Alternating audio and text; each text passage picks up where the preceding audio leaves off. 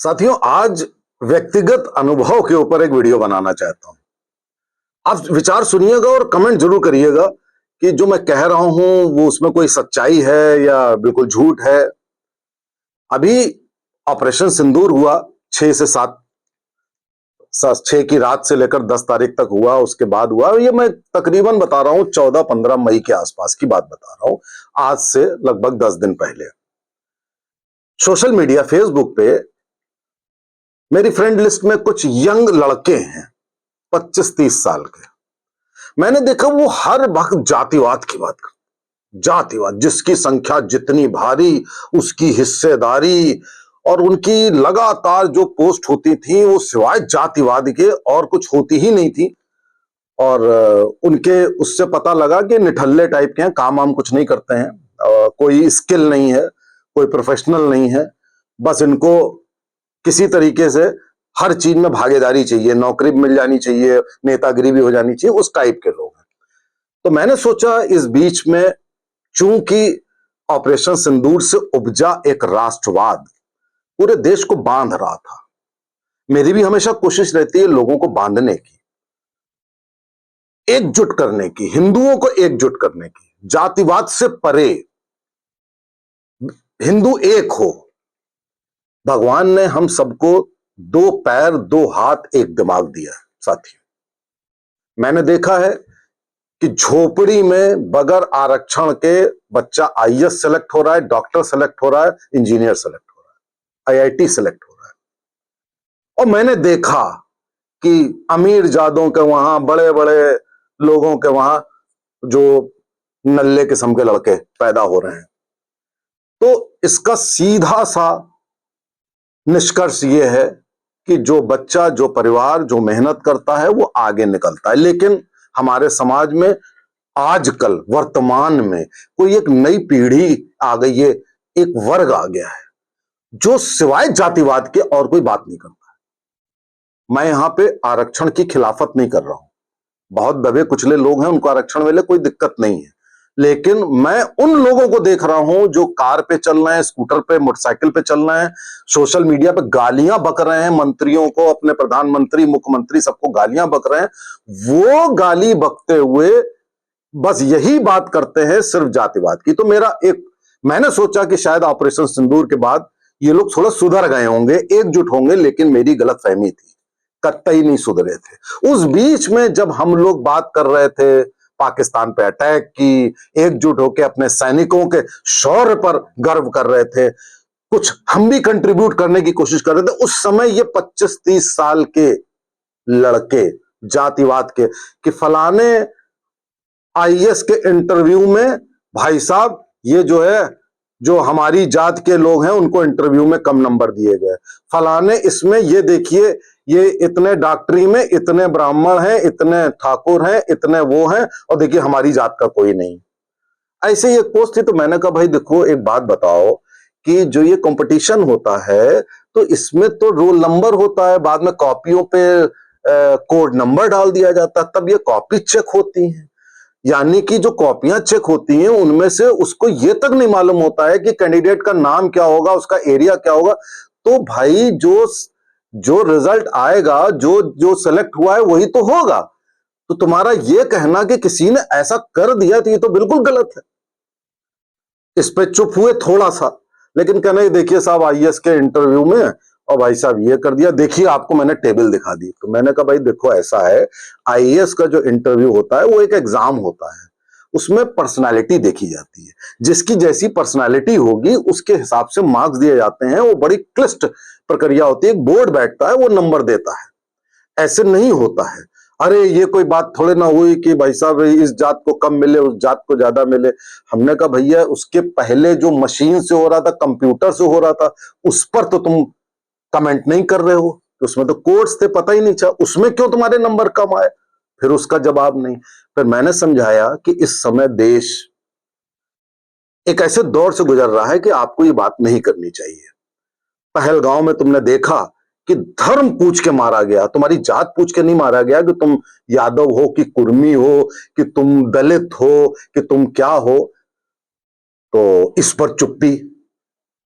नहीं वो एक तो शायद वो मुस्लिम मरा है। हमने कहा वो एक्सीडेंटली मरा है वो मुस्लिम, लेकिन ये भी तो फैक्ट है कि सबसे कलमा पढ़वा कर, पैंट उतरवा करके और पूछ करके कंफर्म करके मारा गया, सबके भेजे निकाले गए। तो क्या ये आपने नहीं देखा कि ऐसा हुआ?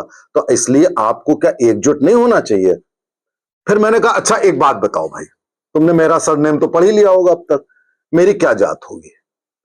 तो बोले कि अरे तुम तो शूद्र हो गए, तो तुम तो ब्राह्मणों की चमचागिरी करोगे करोगे। अब देखिए ये 25-30 साल का आदमी, उसकी सोच आप देखिए। मैंने कहा तुम गलत हो। तो बोले तो तुम सुनार हो गए। मैंने कहा भाई और ट्राई करो। तो तुम कुर्मी हो गए। मैंने कहा और ट्राई करो। तो तुम कायस्थ हो गए। मैंने कहा और ट्राई करो। वो ट्राई करते गए। हमने कहा तुम यहां पर मेरी जाति नहीं बता पाए सरनेम देखने के बावजूद भी, तो तुम कैसे जातिवाद के चक्कर में पड़े हुए हो? अरे भाई साहब, जिसकी जितनी संख्या भारी। हमने कहा एक बात बताओ, 100 लोग अगर 100 बच्चे एक जगह इकट्ठे हों, तो क्या तुम उन 100 में से एक बच्चे की भी अगर जाति बता दो तो मैं तुमको 1 करोड़ रुपए इनाम दूंगा? चुप हो गए, फिर नहीं बोले। तो मैंने कहा अगर तुम जो बात कह रहे हो, अगर यही चीज सेना में लोग कहने लगे कि जिसकी जितनी संख्या भारी, वहां पर भी इसी तरीके का जातिवाद होने लगे, तो क्या होगा? चुप। फिर मैंने कहा अच्छा बताओ कि अगर एक अस्पताल में भी अगर वार्ड बना दिए जाए कि ये कुर्मी का वार्ड, ये यादव का वार्ड, ये उसका वार्ड, ये मौर्य का वार्ड, ये ब्राह्मण का, ये ठाकुर का, और उसके बाद कह दिया जाए कि एक दूसरे का खून भी नहीं दिया जाएगा दूसरे में, तो ये कैसा रहेगा? कैसा तुमको लगेगा? अरे वो जो क्या कहते हैं, जो लोग, जो आप लोग जो जनरल कैंडिडेट हो, वही लोग कैंची छोड़ देते हैं पेट के अंदर। तो मैंने कहा तुमने कैसे जाना कि मैं जनरल हूं? पहले तो ये बताओ तुम। तो मैं जानबूझ के अपनी आइडेंटिटी बताना नहीं चाहता था, और मैं अभी वीडियो में भी आपको नहीं बताऊंगा।